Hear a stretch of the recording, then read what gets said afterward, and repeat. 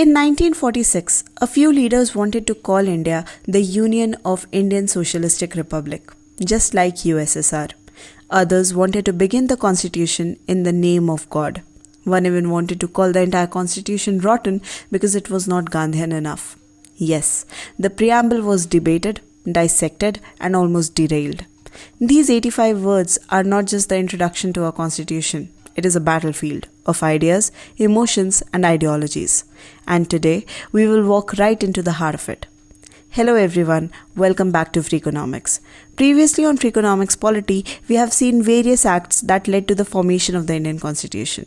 And in today's class, we will formally begin with the structure of the Constitution, the very first destination being the Preamble of India. But before we start, if you have not subscribed to my channel yet, I would urge you all to please do that. It will really help me and motivate me to bring about better researched content for you guys.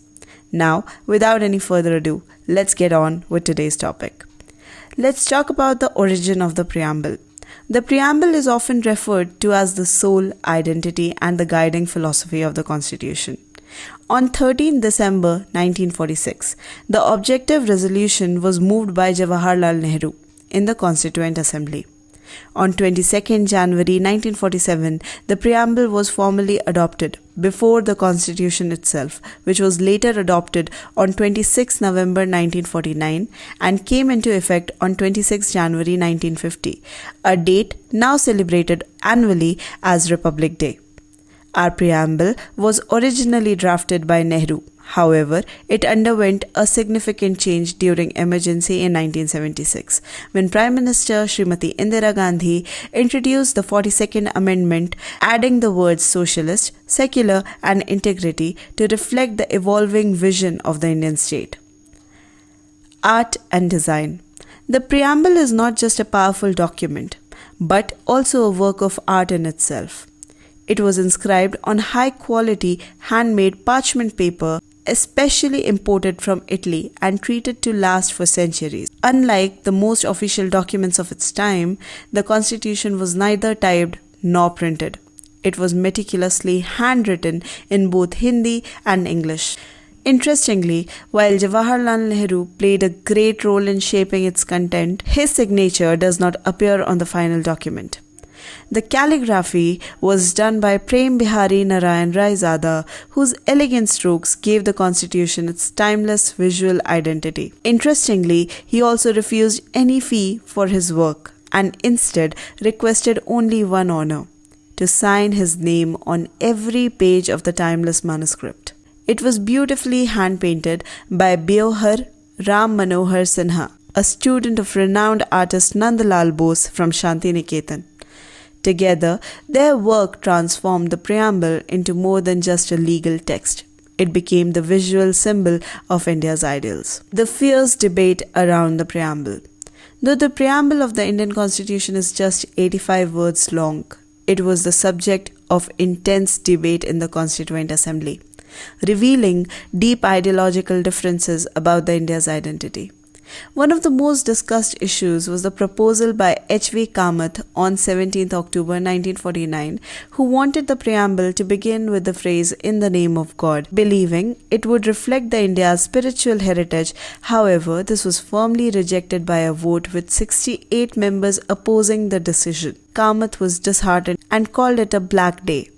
Another emotional debate surrounded the suggestion to include Mahatma Gandhi's name in the preamble, which was opposed by Brajeshwar Prasad, who strongly criticized the Constitution for not being Gandhian in nature. He famously remarked, "If it were a Gandhian Constitution, I would support adding his name, but I will not let Gandhi's name being dragged into the rotten Constitution." Some members, influenced by the global ideology, proposed naming the Constitution as the Union of Indian Socialistic Republic, echoing the USSR motives.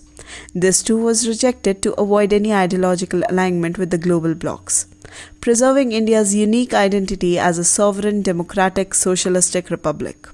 There was also an uncertainty around the legal status of the preamble. Many believed it only to be an introduction to the Constitution. This ambiguity was settled in the Kesavananda Bharati case in 1973, where the Supreme Court ruled that the preamble is indeed the part of the Constitution and represent its basic structure. Lastly, even the phrase, "we the people of India," sparked concerns among the few members, who feared it might override the regional identities.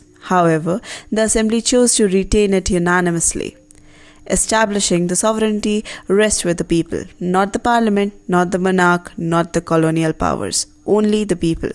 These debates proved that the preamble was not just written in the poetic ease, but carved out of the philosophical friction, political wisdom, and democratic ideals. So, is the preamble legally binding? For years, the legal status of the preamble remained uncertain. In the Berubari case of 1960, the Supreme Court ruled that the preamble was not the part of the Constitution and therefore not legally enforceable. But the view changed dramatically in 1973, when the Supreme Court delivered its landmark judgment in the Kesavananda Bharati case. The court not only recognized the preamble as the part of the Constitution, but also affirmed that it reflects the basic structure, a core set of principles that cannot be altered even by the constitutional amendment. This was further reinforced in the subsequent ruling, including the 1995 LIC case and the 1994 SR Bommai case, where the court reiterated that the values like secularism and democracy enshrined in the preamble are the part of the Constitution's inviolable foundation. The only amendment. Despite its foundational nature, the preamble has been amended only once in the history, during the emergency through the 42nd Constitutional Amendment of 1976. This amendment made three significant changes.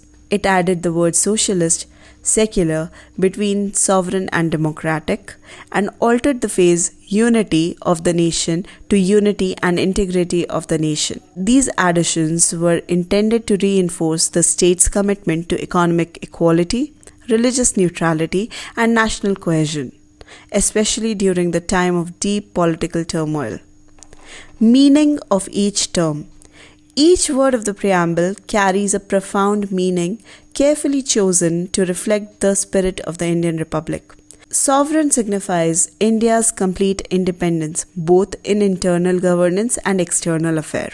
Socialist implies the pursuit of social economic equality through democratic means, ensuring wealth is not concentrated in the hands of a few. Secular guarantees the equal treatment and respect for all religion with no state religion and full freedom of belief.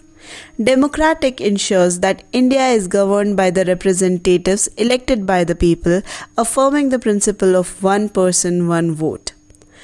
Republic means that the head of the state is elected and not hereditary, ensuring people office is open to all citizens. Justice, social, economic, and political, strives for a society free from discrimination and inequality. Liberty protects the freedom of thoughts, expression, belief, worship within the constitutional limit. Equality upholds the idea that all the citizens are equal in status, opportunity, regardless of caste, gender, and background.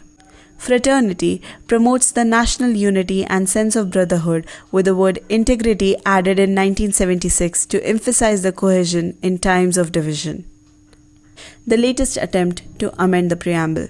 In 2021, during the winter session of Parliament, Alphonse Kannanthanam, a private member, proposed a bill to amend the preamble once again. While the proposed changes did not pass, it sparked fresh discussion on how sacred or flexible the preamble truly is, and whether it should continue evolving with the Indian democracy.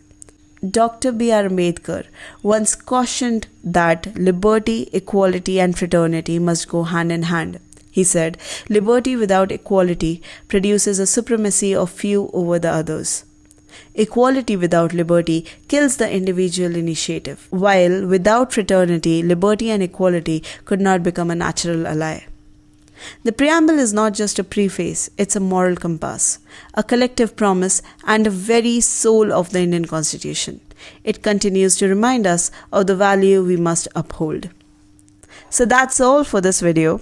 I really hope that this video helped you guys. If it did, please like the video, share it with your friends and family, and please subscribe to my channel. That would really help me to grow this channel and bring about better content for you guys. We bring about new content every week. Till then, keep watching Freeconomics.